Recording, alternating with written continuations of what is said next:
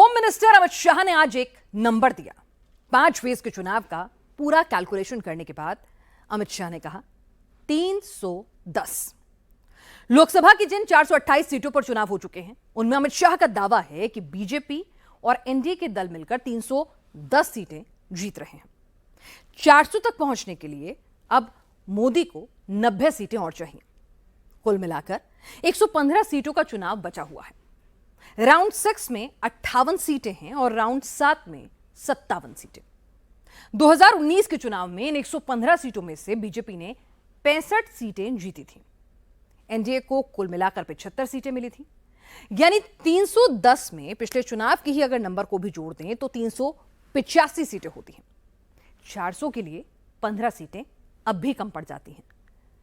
इन 15 extra सीटों के लिए नरेंद्र मोदी को अपना स्ट्राइक रेट और बढ़ाना होगा। ओवरऑल 78% का स्ट्राइक रेट मेंटेन करना होगा। मोदी कहां कहां डेंजर जोन में नजर आ रहे हैं और कहां कहां उनकी चुनावी गाड़ी एकदम सरपट भाग रही है, आइए इसका एनालिसिस करते हैं इस रिपोर्ट में।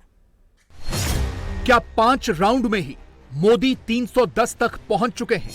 400 के लिए बचे सिर्फ 90 बस। तो क्या 4 जून को मोदी सच में 400 प्लस? 428 सीटें लॉक हो चुकी हैं। 115 सीटें लॉक होनी बाकी हैं। मगर उससे पहले ही मोदी ने 4 जून का रिजल्ट कैसे अनलॉक कर दिया है? क्या शुरुआती 2 चरणों में इंडी वाले पस्त, अगले 2 चरणों में ध्वस्त और क्या 5वें चरण में ही परास्त हो गए हैं? पहले 5 चरण का चुनाव पूरा हुआ है। पहले चरण में, इसके बाद के चरणों में इंडी गठबंधन ध्वस्त हुआ और अब कल जो 5वां चरण हुआ, इंडी गठबंधन पूरी तरह परास्त हो चुका है। क्या सच में मोदी 400 के बेहद करीब पहुंच चुके हैं? और क्या नतीजे से 2 हफ्ते पहले ही 310 सीटों का आंकड़ा टच कर चुके हैं? अमित शाह के दावे में कितना दम है? दक्षिण, पश्चिम, उत्तर, उत्तर पूर्व, मध्य और अब उड़ीसा में आया हूं। 5 चरण के चुनाव समाप्त हो गए हैं। मेरे ओडिया भाइयों बहनों, 5 चरण का परिणाम जानना है क्या? जरा जोर से बोलो, जानना है क्या? देखो भाई, 5 चरण में मोदी जी 310 क्रॉस कर गए हैं।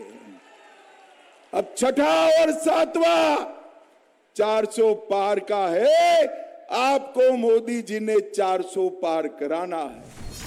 अगर अमित शाह की रिपोर्ट सही है तो फिर 6ठे और 7वें चरण की 115 सीटों में से 400 के लिए मोदी को चाहिए 90 सीट।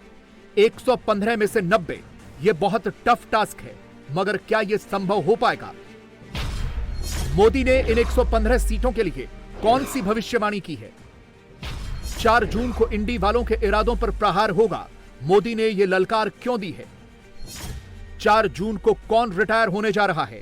वोटर्स किसे अगले 5 साल के लिए बेड रेस्ट पर भेजने वाले हैं? आखिर ऐसा क्या होने वाला है कि पूरी दुनिया देखती रह जाएगी?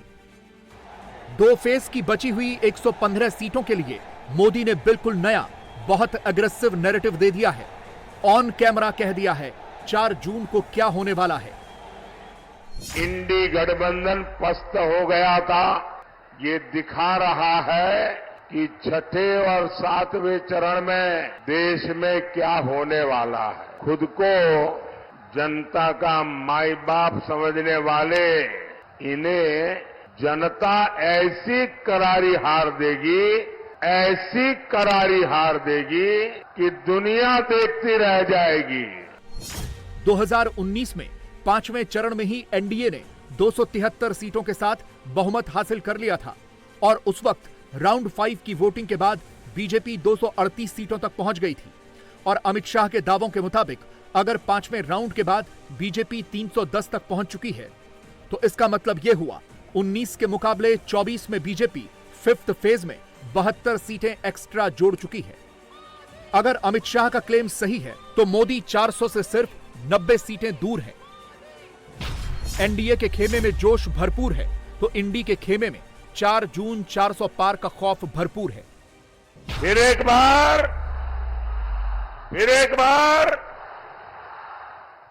अब की बार 4 जून को इंडी वालों के इरादों पर सबसे बड़ा प्रहार होगा। ये प्रहार होगा देश में भ्रष्टाचार पर, ये प्रहार होगा तुष्टीकरण की राजनीति पर, ये प्रहार होगा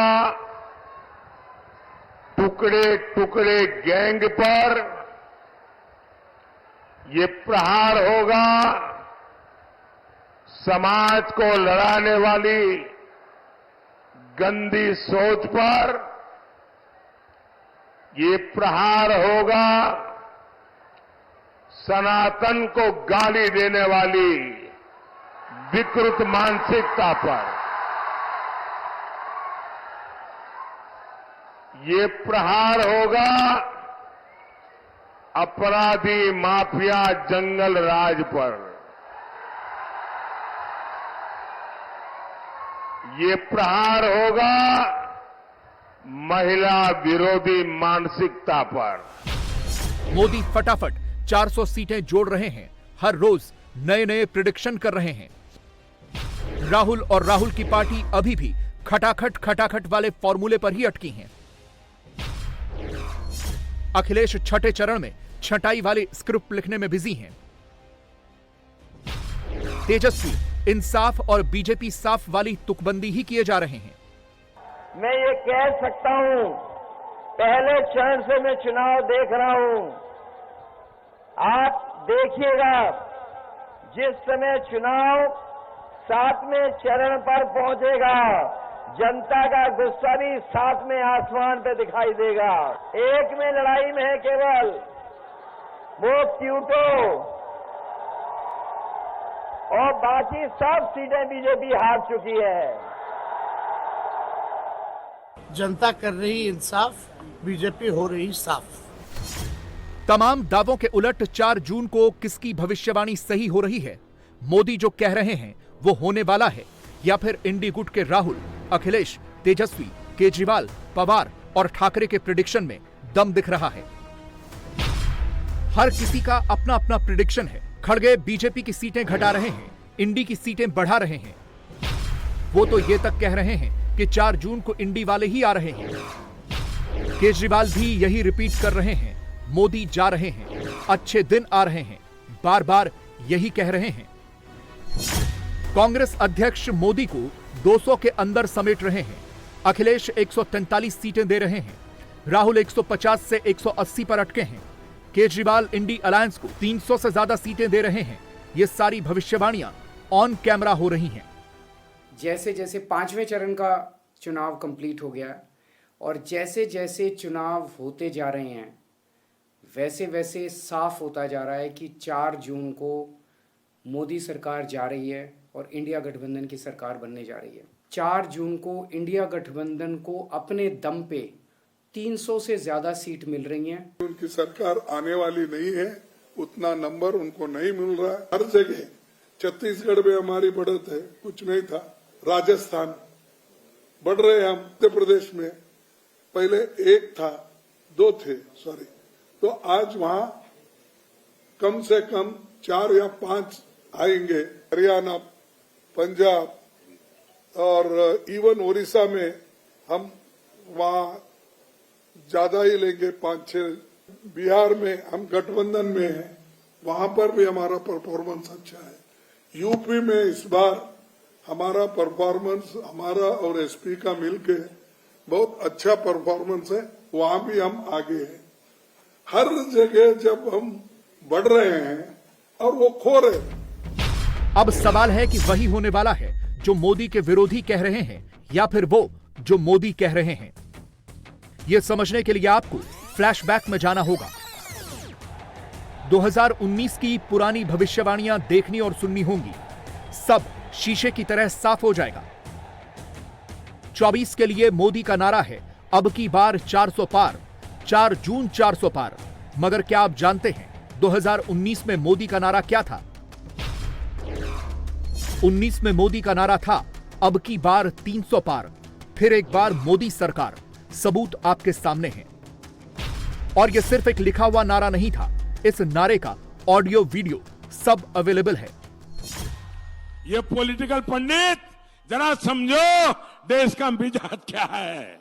पूरा देश कह रहा है अब की बार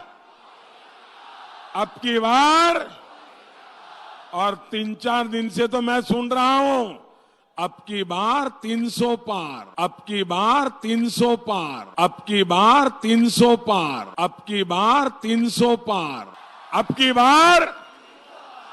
की बार, फिर एक बार। मोदी ने 2019 के चुनाव में 300 पार का नारा दिया, 300 पार की भविष्यवाणी की। नतीजा यह हुआ कि बीजेपी ने अकेले अपने दम पर 303 सीटें जीत लीं। और अब अगर मोदी 24 में एनडीए के लिए 400 पार कह रहे हैं तो 19 वाला ट्रैक रिकॉर्ड देखकर यह असंभव भी नहीं है। मोदी ने 2019 में कहा अब की बार 300 पार, तो उसे हासिल करके दिखाया। मगर 5 साल पहले विरोधियों ने क्या कहा था, उनका प्रेडिक्शन कैसे बुरी तरह फ्लॉप रहा था, आज इसके भी कुछ सैंपल्स आपको दिखाते हैं। 5 साल पहले राहुल के बोल थे 2019 में कांग्रेस पार्टी जीतेगी, कर्नाटक में जीतेगी, छत्तीसगढ़ में जीतेगी, राजस्थान में जीतेगी। उस वक्त राहुल हर रैली में नई नई भविष्यवाणियां करते चले गए, मोदी को हराने वाले बोल बोलते चले गए।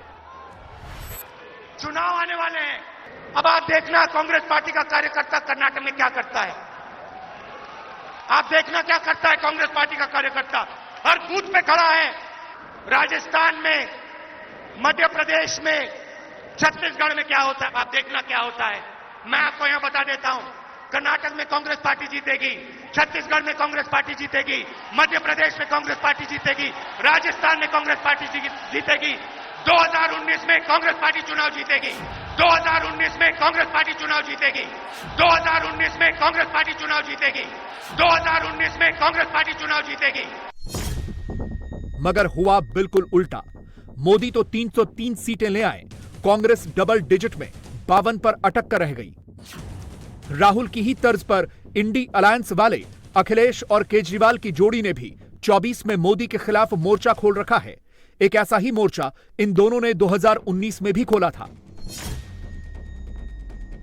अखिलेश यादव जिंदाबाद। तब अखिलेश मायावती के साथ मिलकर मोदी, केजरीवाल भी दिल्ली की 7 में से 7 सीट के लिए खूब लड़े थे, मोदी पर जमकर टीका टिप्पणी करते थे।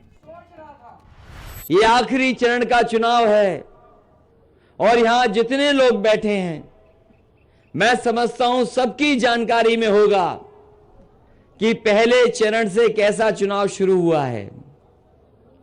जहां सहारनपुर से चुनाव शुरू हुआ है और आपके हिस्से में आकर के खत्म होगा, मैं समझता हूं आप में सबको जानकारी होगी कि इस बार गठबंधन ने ऐतिहासिक फैसला लेकर के जो सीटें जीतने का काम शुरू किया है, वो ऐतिहासिक सीटें जीतेंगे। लेकिन ये गठबंधन समाजवादी पार्टी और आदरणीय मायावती जी मिलकर के एक देश को नई सरकार देना चाहते हैं और देश को नई सरकार के साथ साथ देश को एक नया प्रधानमंत्री देना चाहते हैं। बताओ, नया प्रधानमंत्री चुनना चाहते हैं कि नहीं? पुराने प्रधानमंत्री फेल हो गए कि नहीं हो गए?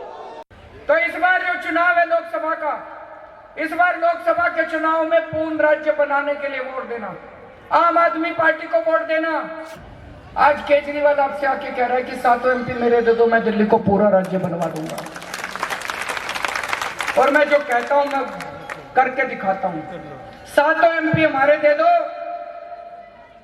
भाई साहब 2 साल के अंदर इनसे छीन के ले लेंगे पूरा राज्य। कुछ लोग कहते हैं भ्रम है उनका मोदी भक्ति में, किसको वोट दोगे जी? हम तो मोदी जी को प्रधानमंत्री बनाने के लिए वोट देंगे। अरे बनाया तो था 5 साल पहले प्रधानमंत्री, कुछ करा उसने? लेकिन हुआ क्या? इतनी भारी भरकम भविष्यवाणी करने के बावजूद यूपी में अखिलेश गिनकर 5 सीट ला पाए। 75 सीटों पर कहीं नजर नहीं आए। दिल्ली में केजरीवाल को 7 में से 7 तो छोड़िए, एक भी सीट नहीं मिली। आम आदमी पार्टी सिर्फ 18% वोट बटोर पाई। 24 के लिए एक भविष्यवाणी ममता बनर्जी ने भी की है। वो कह रही हैं कि मोदी अब की बार जा रहे हैं, 4 जून को नहीं आ रहे हैं। শুনুন, অনেক সময় আমরাও বুঝতে পারি না রেজাল্টটা কি হতে যাচ্ছে, কিন্তু মানুষ ঠিক করে নিয়েছে। ममता बनर्जी ने यही भविष्यवाणी 19 के लिए बंगाल को लेकर भी की थी, मगर तब क्या हुआ? हुआ ये कि बंगाल की 42 में से 18 सीटें बीजेपी ने जीत ली और इस बार वो उसमें इजाफा करती नजर आ रही है।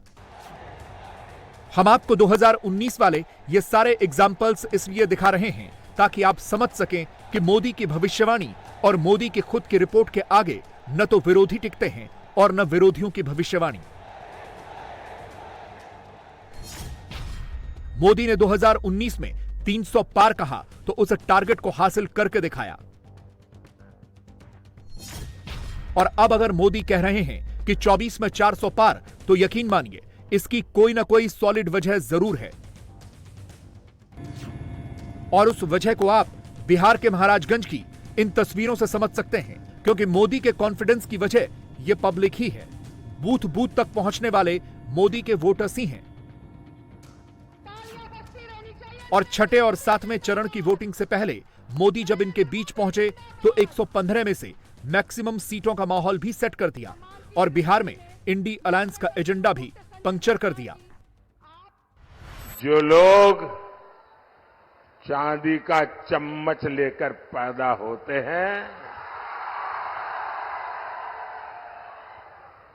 उन्हें पता नहीं होता मेहनत क्या होती है।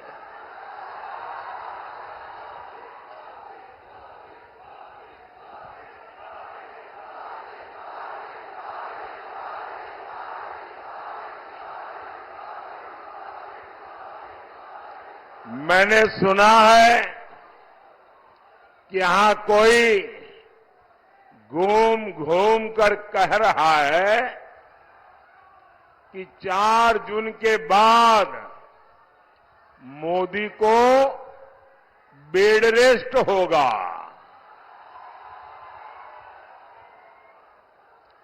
भाइयों बहनों, मैं तो परमात्मा से प्रार्थना करता हूं, मैं तो यही कामना करता हूं, मोदी तो क्या, देश के किसी भी नागरिक के जीवन में बेड रेस की नौबत नहीं आनी चाहिए। लेकिन जंगल राज के वारिस से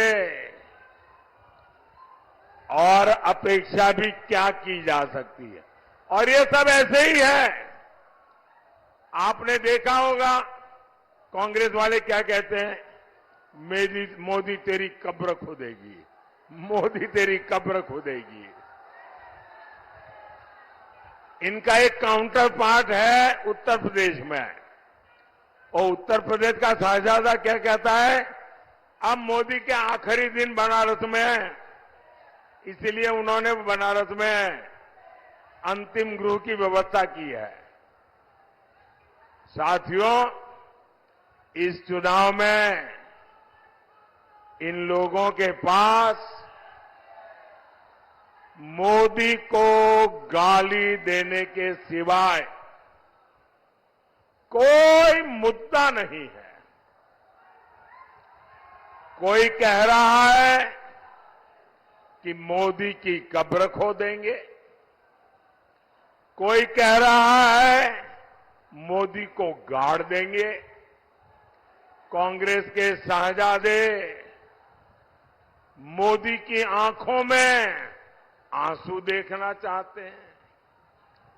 अरे इंडी वालों,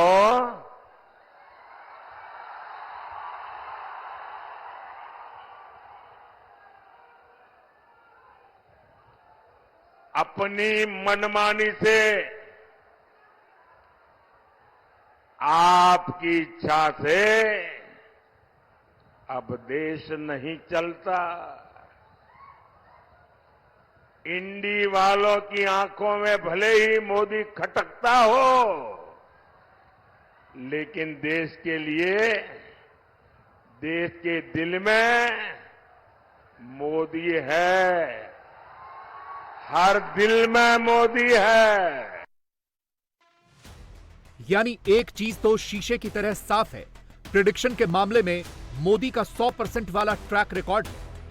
रही बात विरोधियों की, तो 2019 के सबूतों ने इंडी अलायंस के प्रिडिक्शन मीटर की पोल खोल दी है और संकेत तो ऐसे ही मिल रहे हैं कि 24 में मोदी आ रहे हैं, मोदी के विरोधी ही रिटायर होने जा रहे हैं। इसलिए अब कांग्रेस अध्यक्ष खुल्लम खुल्ला ऑन कैमरा झूठ फैलाने पर आ गए हैं। मोदी इन दिनों हर चुनावी रैली में इंडी अलायंस, खासकर कांग्रेस के तुष्टीकरण वाले एजेंडे की पोल खोल रहे हैं। वोटर्स के बीच जा जाकर खुद सारे सीक्रेट्स भी बता रहे हैं, वोटर्स को सावधान भी कर रहे हैं। सपा, कांग्रेस और इंडी गठबंधन वालों को भारत का गौरव गान हजम नहीं होता। और ये करते क्या है? कांग्रेस के शहजादे भारत को गाली देने के लिए विदेश जाते हैं। इंडी गठबंधन वालों की नाव डूब रही है। इनका एक ही सहारा है, झूठ, लगातार झूठ, हर जगह पे झूठ, बार बार झूठ। ये संविधान को लेकर देश में झूठ फैला रहे हैं।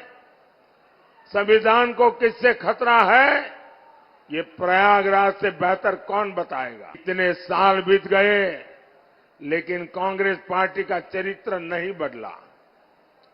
बाबा साहब आंबेडकर भी धर्म के आधार पर आरक्षण के खिलाफ थे, लेकिन कांग्रेस सपा वाले संविधान के खिलाफ जाकर दलितों, पिछड़ों का आरक्षण अपने वोट बैंक को, वोट जिहाद वालों को देने की तैयारी में है। मोदी सिर्फ यही नहीं कर रहे, वो तो राहुल का पुराना वीडियो भी दिखा रहे हैं। प्रधानमंत्री ने राहुल का एक ऐसा ही वीडियो कुछ घंटे पहले अपनी टाइमलाइन पर शेयर किया है, जिसमें राहुल साफ साफ कहते सुनाई दे रहे हैं कि कांग्रेस मुस्लिम वर्ग को आरक्षण देने का काम करेगी। आरक्षण की बात उठाई, मुलायम सिंह यादव 3 बार मुख्यमंत्री बने, एक बार आरक्षण के बारे में नहीं बोला। प्रेस ने उनसे पूछा, भैया आरक्षण के बारे में क्या सोचते हो? सन्नाटा, जैसे अभी छाया हुआ है, सन्नाटा। 2-3 बार पूछा, सन्नाटा। फिर कांग्रेस पार्टी करती है, मनमोहन सिंह जी खड़े होते कहते, भैया करना है, हम देंगे, मुसलमान भाइयों को आरक्षण देंगे, शामिल करेंगे इनको। सोशल मीडिया पर कांग्रेस के शहजादे का एक वीडियो देखा है। ये बात बड़ी गंभीर है। मैं आप सबसे कहता हूं, मेरी इस बात पर गौर कीजिए। मैं मीडिया वालों को खास कहता हूं, जिन मीडिया वालों ने, जिन इकोसिस्टम ने ये गौर संप्रदायवादी लोगों की चमड़ी बचाने का काम किया है, वो भी जरा कान खुल करके सुन लें। ये वीडियो 11-12 साल पुराना है। ये कांग्रेस के शहजादे का वीडियो है। इस वीडियो में कांग्रेस के शहजादे खुलेआम कह रहे हैं कि कांग्रेस पार्टी मुसलमानों को आरक्षण देगी। एक तरफ उस समय के प्रधानमंत्री डॉक्टर मनमोहन सिंह ये बार बार कहते थे कि देश के संसाधनों पर पहला अधिकार मुसलमानों का है, और दूसरी तरफ रिमोट कंट्रोल से सरकार चला रहे शहजादे का ताल ठोक कर ये कहना कि कांग्रेस मुसलमानों को आरक्षण देगी, यही कांग्रेस की सच्चाई है, जिसे कांग्रेस और उसके इकोसिस्टम ने बरसों तक देशवासियों के सामने आने नहीं दिया। मोदी ने वही कहा जो राहुल मुस्लिम आरक्षण को लेकर सालों पहले कह चुके हैं। लेकिन कांग्रेस अध्यक्ष तो अब ऑन कैमरा राहुल के वीडियो को ही, राहुल की कही बातों को ही झूठा करार दे रहे हैं, पल्ला झाड़ रहे हैं। खड़गे साहब, एक सवाल है कि जिस तरह से लगातार मुस्लिम रिजर्वेशन की बात जो है वो चल रही है, लेकिन अब मोदी जी ने कल एक वीडियो निकाला राहुल गांधी का 10-12 साल पुराना, उसको लेकर वो कह रहे हैं कि राहुल गांधी 10-12 साल पहले भी बोलते थे और अब भी बोल रहे हैं कि वो मुसलमानों को जो है आरक्षण देंगे। देखिए, जो राहुल गांधी बोले हैं, आप कह रहे हैं, वो कभी अपने जबान से नहीं बोले, वो कभी अपने जबान से नहीं बोले, वो कभी अपने जबान से नहीं बोले, वो कभी अपने जबान से नहीं बोले। यानी साफ है कि मुस्लिम आरक्षण पर राहुल का पुराना वीडियो आने के बाद कांग्रेस पूरी तरह बैकफुट पर है। छठे और सातवें चरण की वोटिंग से पहले मोदी को राहुल पर सीधा हमला करने का एक और हथियार मिल गया है। ये मौका खुद कांग्रेस अध्यक्ष ने दिया है। मोदी के 400 पार का रास्ता विरोधियों ने ही क्लियर कर दिया है।